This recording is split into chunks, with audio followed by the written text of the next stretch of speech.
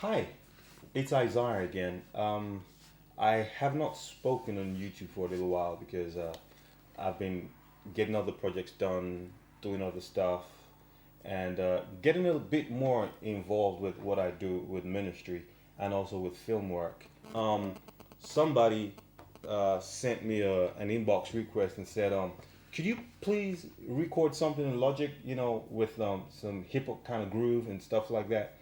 And I thought, all right, everybody has a different process of doing stuff, and a lot of people choose their strengths, and they tend to exhibit that in the manner in which they arrange their music. And I guess coming from a professional background, the key to your arrangements is very, very fundamentally unique. Um, I have learned to model everything that I do and everything I listen to and everything that comes out perfunctorily based on sound timbre. So I'm talking about being able to put in proper spectrum, high frequencies, mid frequencies, low frequencies, and that kind of stuff without oversaturating your mixes. One of the things I see with hip hop music is that a lot of emphasis is placed on the low frequency side of things. So there's a tendency to hear very, very squashed material. And in my opinion, I think it could be much better off. Um, when I listen to a lot of sound engineers like, Baresi, and a host of other people, Chris Lord Alge and Maserati and stuff like that, because I do use a lot of Waves plugins for my work and Sony Oxford stuff. I feel fundamentally that watching them in principle, including Joseph Jack Boyd, is very, very necessary to watching how people, form their architecture of sounds and how they build their palettes and how they can always refer to quick use tools in order to create or replicate or to enhance or to bring out the best in sound. Uniquely, sound is brilliant, it's beautiful, it depends on what you make out of it. So I've got my iPhone 4 here, and a software that I'm using here is called the what's it called again? It's the Akai Synth Station. I think it's that's it over there. It's the Akai Professional Synth Station, and I'm going to be using sound palettes from the drum section.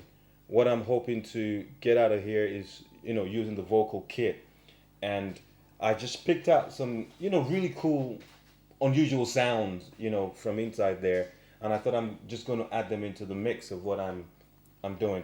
Now, I hope it's not too far out of shot, but what I've done in Logic here is I've already created certain groove elements which I recorded just before I started the video, so that I don't take up too much time and I don't bore the heck out of you.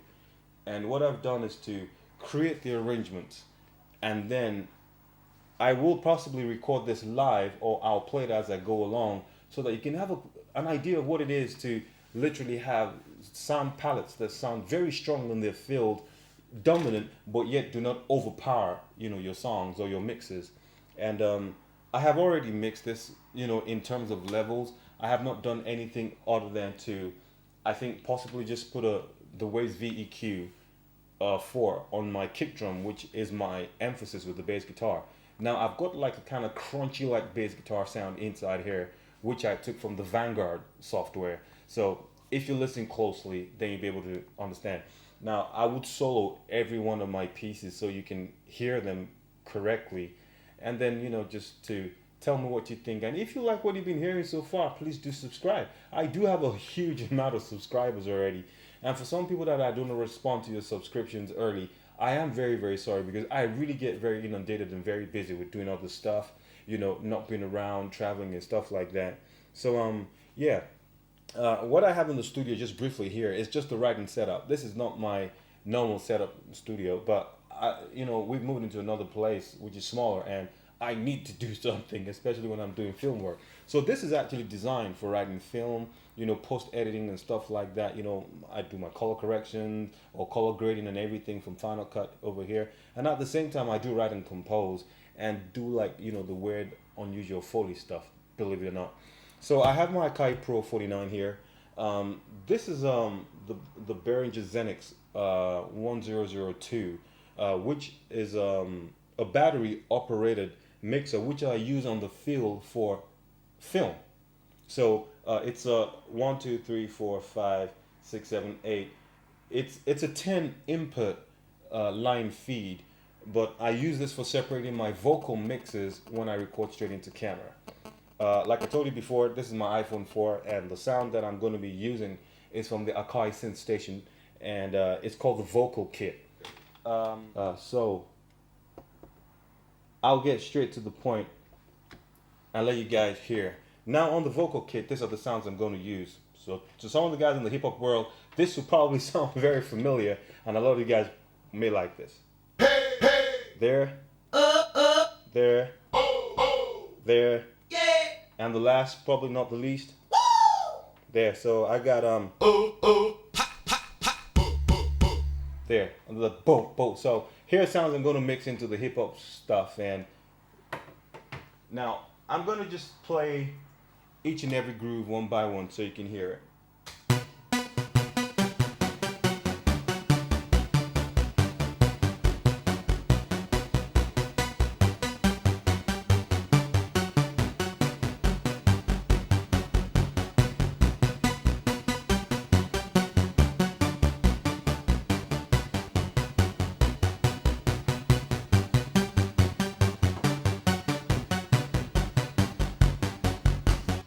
So that's my first sound. That's like a crunched out synth bass guitar.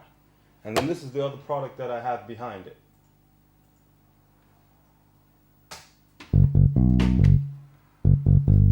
That's my bass sound. There. So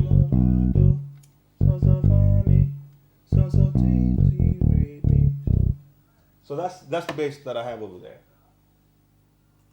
Just shift that right up there so I don't get myself confused.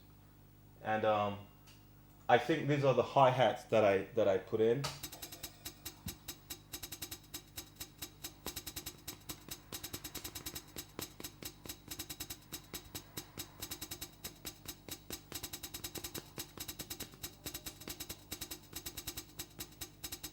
Those are the hi-hats. What I've done to the hi-hats is basically to add like a delay to it, almost like a 4 millisecond delay. And what I've done is to spread the time in almost about 14 milliseconds, which creates a kind of spread and makes the tap on the hi-hat repeat itself in an almost echo repeat kind of face. It's like using a delay tap, but that's not what I've used. But I have emulated a delay tap by adjusting the amount of time difference in between the regular hit and the time that it takes to spread and diversify itself. And then this is my kick, I think. There.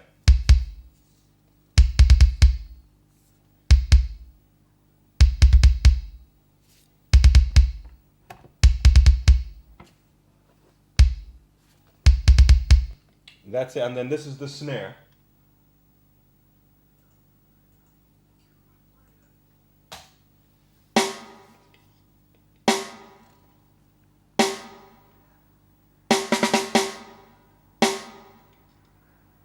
Sounds pretty odd, huh? I'm sure you're trying to make sense of what you're listening to.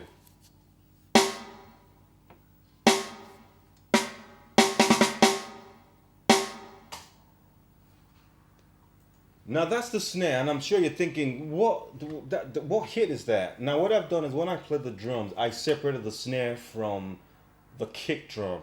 And what I've done is to be able to put on different channels and then to EQ or mix them the way I find fit. And this is what I spoke about earlier about correcting that spectrum in between and making sure that there's a difference between the low frequency, the mid frequency, and the highs.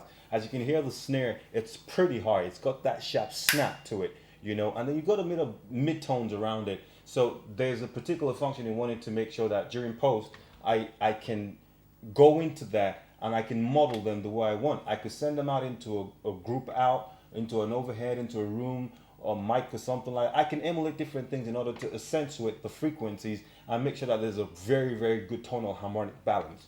So I'll play the drum, the drum kit all together, and what you're gonna hear is the hi-hat, you're gonna hear the snare, and then you're gonna hear the kick drum. So on the groove, this is what we have.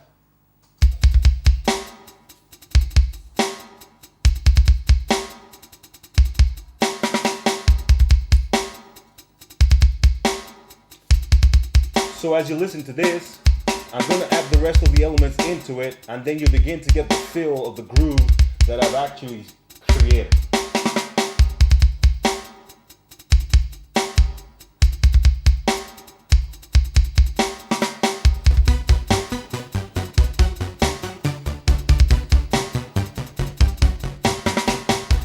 Having more definition now is what we're after, and that's what we're playing about with now. So we begin to sit into some definition, and this is how I'm building you back guys in what's going on. And now it's time for the bass groove. Here we go.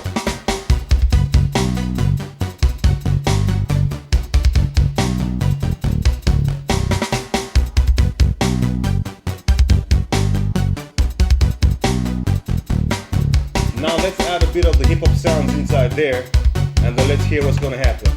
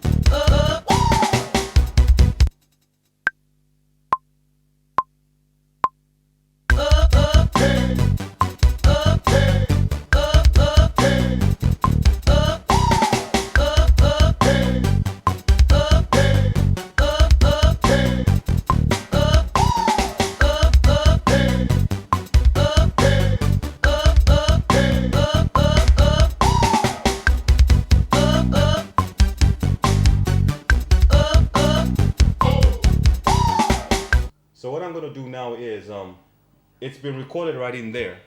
So I'm now gonna listen to the sound on its own. And what I have done is I opened it up in the sample editor, and in the sample editor I normalized it, which is to increase the attenuation on it because it looks like it's pretty low. But that is the impedance that is between what I have going through here and there to be able to come to a stage or process where I have to normalize it. So we're just going to solo that, and then we're going to listen to what that is on its own.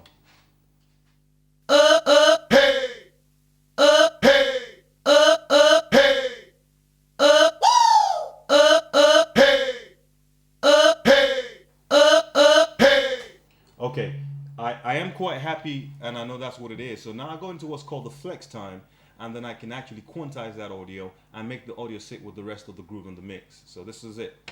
So now that I got that, I come into the quantize option over here, and I go into a 4/4 because it's a 4/4 swing beat. Hip hop is usually 4/4 to 16 bars. So coming inside here, you got more, quantize options if that's what you wanted to do in Logic and stuff like that.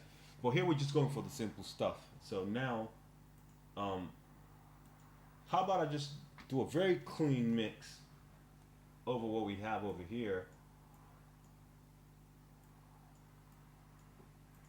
And when I come back and I play the whole mix through, this is what we get.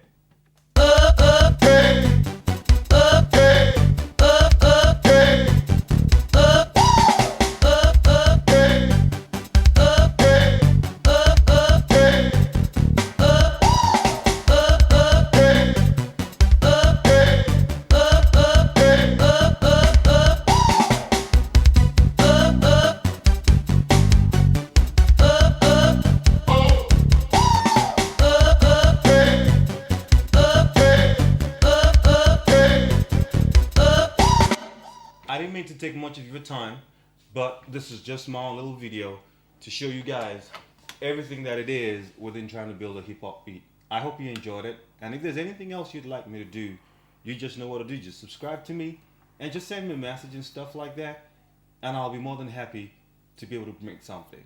And for those guys out there who also get into filmmaking and editing and stuff like that, please do drop me a line. And thank you for watching. And please do watch the other videos and tell me what you guys think. And have a good day. Bye-bye.